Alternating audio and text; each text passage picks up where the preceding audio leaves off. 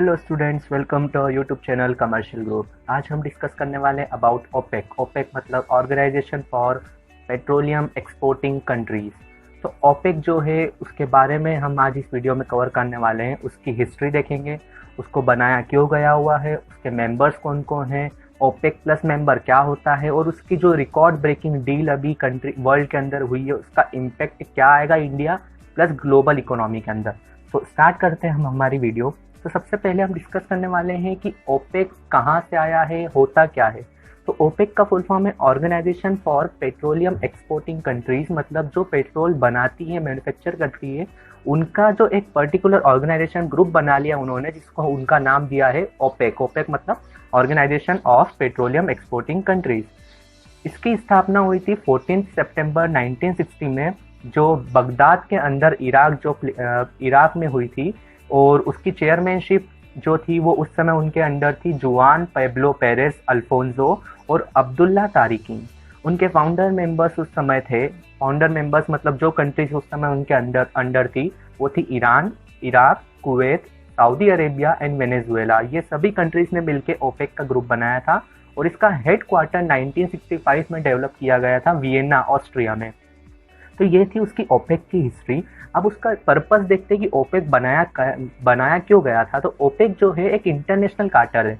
International cartel का मतलब होता है group of countries manufacturing the same product. वहाँ पे एक साथ इकट्ठे होकर अगर वो मैन्युफैक्चरिंग ट्रेडिंग करते हैं तो उसे बोला जाता है इंटरनेशनल कार्टेल। तो यहाँ पे उनका पर्पस था कि को कोऑर्डिनेट करे और पेट्रोलियम की प्राइसेस को मैनेज करे, ताकि वो सप्लायर का भी फायदा करे, साथ में कंज्यूमर का भी फायदा करे और रेगुलरली मार्केट के अंदर उस पेट्रोलियम का सप्लाई करे। वो उनका पर्पस था ओपेक का। अब उसके अगर मेंबर्स की बात की जाए तो मेंबर्स टोटल, जब फाउंडर मेंबर्स जब उसकी स्थापना की गई थी तो 5 मेंबर्स थे।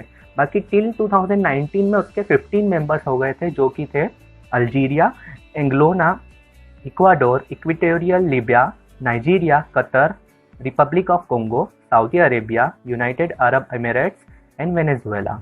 पर देखा जाए तो ऑन 1 जनवरी 2020 कतर ने ओपेक को लेफ्ट कर दिया था और 2 जनवरी 2020 को आफ्टर द नोटिस इक्वाडोर ने भी ओपेक को लेफ्ट कर दिया था। तो अभी हाल फिलहाल में देखा जाए तो 13 उसके मेन मेंबर्स है और साथ में कुछ ओपेक प्लस मेंबर्स है। ओपेक प्लस मेंबर का मतलब होता है जो रियल में ओपेक के मेंबर नहीं है, बस उसके डिसीजंस में उसको सपोर्ट करते हैं, वो मेंबर्स होते हैं ओपेक प्लस मेंबर्स।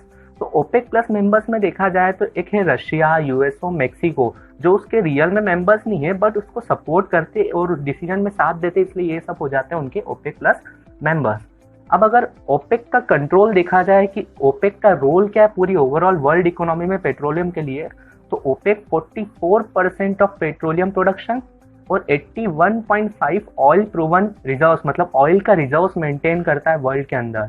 मतलब 44% प्रोडक्शन जो पेट्रोलियम का होता है वो ओपेक के अंडर में ही होता है। ओपेक की कंट्रीज बनाती है 44% प्लस 81.5 ऑयल प्रूवन रिजर्व्स वो मेंटेन करती है। और ये चीज़ एक सोचने वाली है कि 53 ईयर्स का रिजर्व्स ही अभी बाकी है पूरे वर्ल्ड के अंदर पेट्रोलियम का।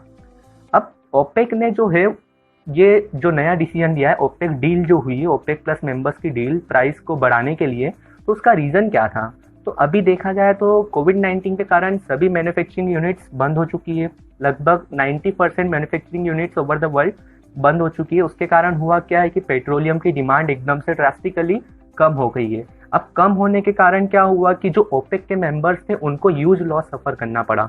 लॉस के सफ़र कर रहे क्योंकि अगर डिमांड कम हो गई है, सप्लाई तो उनका कांस्टेंट था, तो सप्लाई ज़्यादा था, डिमांड कम थी, तो ऑटोमेटिक पेट्रोलियम प्राइसेस मार्केट के अंदर कम हो गई थी और इसके कारण ओपेक के मेंबर्स को ह्यूज लॉस का सफ़र करना पड़ा।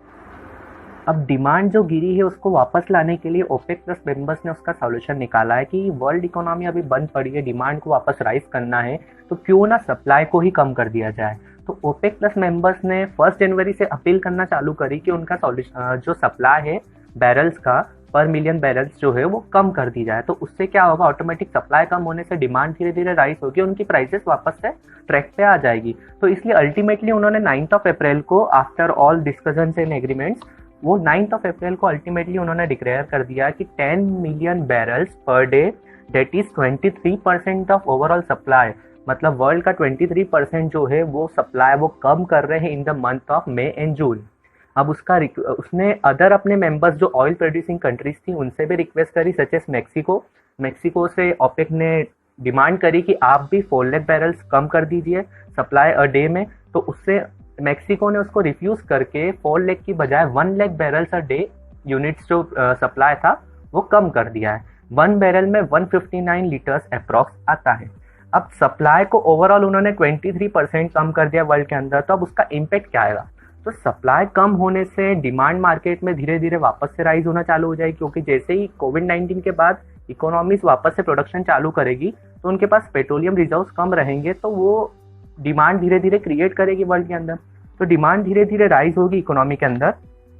तो उसके बाद डिमांड राइज होने से अल्टीमेटली इफेक्ट क्या आएगा कि डिमांड बढ़ी, सप्लाई कम है, तो अल्टीमेटली प्राइस राइज हो जाएगी। अब प्राइस राइज हो जाती है, अब उसका इम्पैक्ट देखा जाए तो वर्ल्ड इकोनॉमी और इंडिया की इकोनॉमी में क्या आएगा? तो प्राइस राइज हो रही, इसका मतलब है कि पेट्रोलियम प्राइसेस हर एक इकोनॉमी के अंदर बढ़ने की चांसेस हैं, including India and other countries also. तो वर्ल्ड इकोनॉमी में इन्फ्लेशन आ सकता है रिलेटेड टू पेट्रोलियम प्राइसेस। अब countries like India and China ने अपने स्ट्रेटेजिक ऑयल रिजर्व्स को फिल करना चालू कर दिया है, जिसके कारण कंट्री के अंदर ऑयल के रिजर्व्स अगर इनफ रहेंगे तो प्राइस के कारण उनको दिक्कत नहीं आएगी कंट्रीज को।